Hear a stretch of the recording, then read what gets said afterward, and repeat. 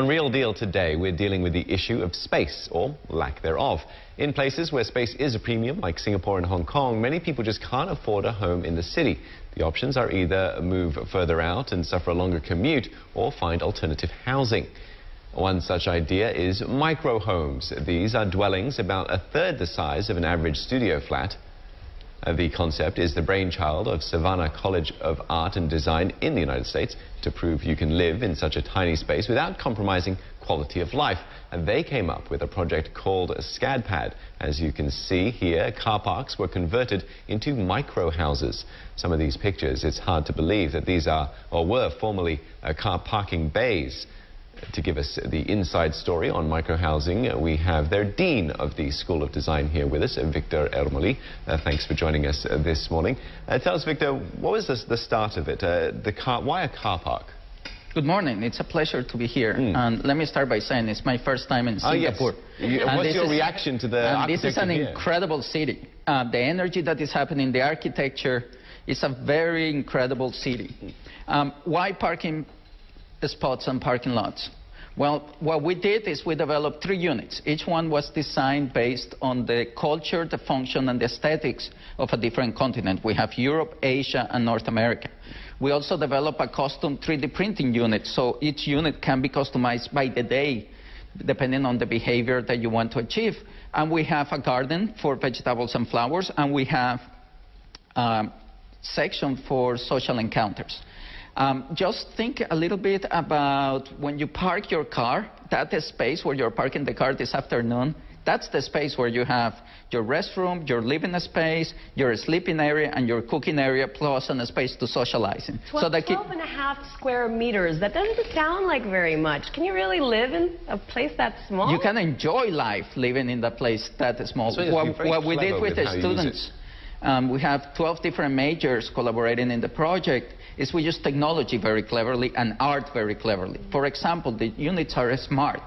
They know when it's at night, if you wake up to go to the restroom, the lights turn on by themselves in a very dim light blue color, so you don't hit anything in your path. When you return to bed, the lights dim away very softly, so you don't have disruption to the eyes and the pupils. It's connected to your calendar in your smartphone, so it wakes you up in the morning so you don't miss an appointment.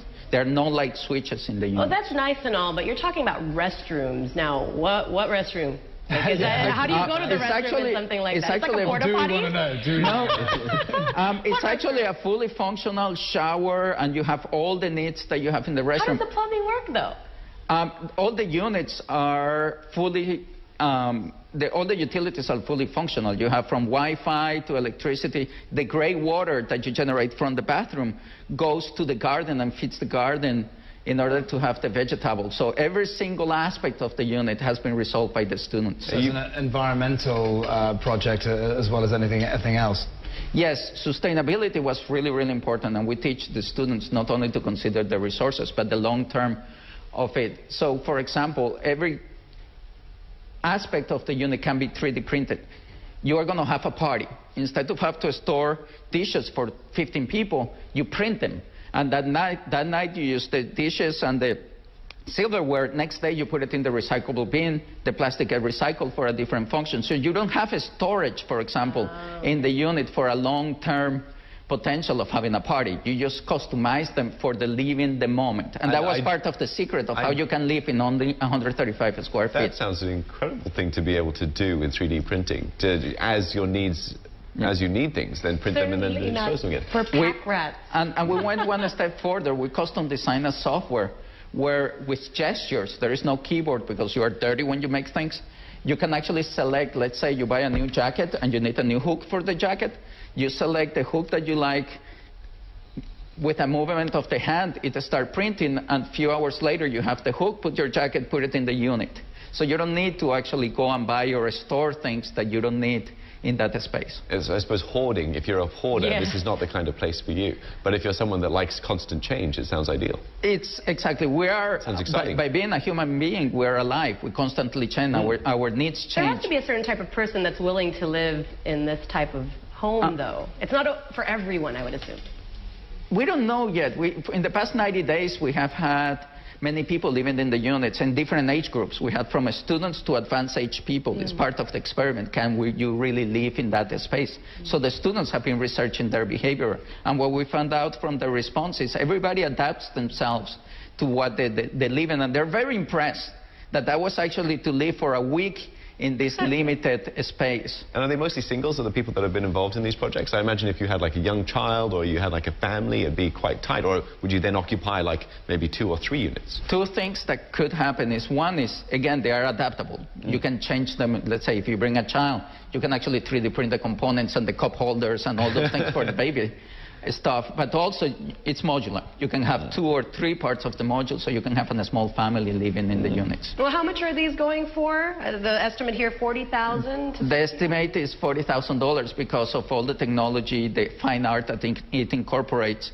Let me give you an example. In the European unit, there are 3,000 pieces of fabric in one of the artworks to enhance the living space. So how difficult is it to put one of these things together then? Sorry? How difficult is it to put one of these things together then? It's actually very easy. You can install it in a matter of hours. They are all built in a factory. They are moved into the units. They can disassemble in order to go through the gates or the doors in the structure, and then you connect them to the utilities. So do you have plans then to roll this out? Is it generating a lot of interest, a lot of buzz? Because something like this, it sounds like it's very marketable to anywhere, really. Yet it has, it's another option for living. And we went to the extreme of how small can be small. And what we have discovered is between art and technology, you can actually enjoy life in a very small space. Well, I have to say, though, $40,000 for a young person is still a lot. Is that like, I'm guessing there's no mortgage or loan that's available for these things, you know, as opposed to a house. Is there? In America, there is. Okay. Because also an advantage of these units, because it's modular, you can take them with you. When we did the research, we found out, at least in North America, that when we were growing up, we were going to have only 2 or 3 jobs in our career. The next generation of young people will have 16 jobs in their careers. So instead of having to look for another place to live, you can actually take your unit and put it... So is it almost like an RV? Not necessarily. It doesn't have the wheels. It doesn't connect to your...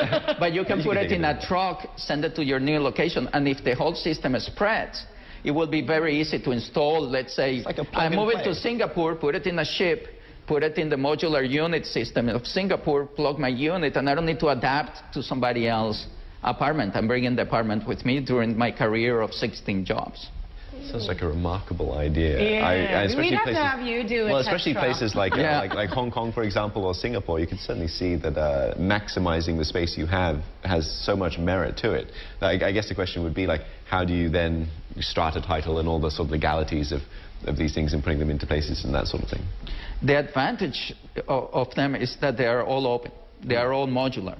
So if there is a restriction, for example, the challenge of electricity, you have different voltage in the Western world that you have in Asia. All the wiring can be switched very easy in a matter of hours for the unit and adapted to the voltage here. So you don't have those challenges by managing this volume of a space.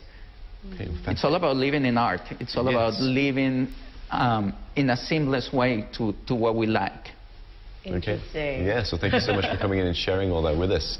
That was Victor Ermoli from the Savannah College of Art and Design sharing with us a new ingenious concept of turning car parks, or not just car parks, could be anywhere really, into micro homes. If you want to check out the SCAD pad, it will be on exhibit at this year's World Architecture Festival here in Singapore. The event begins on Wednesday. More details on this website that you see on your screen.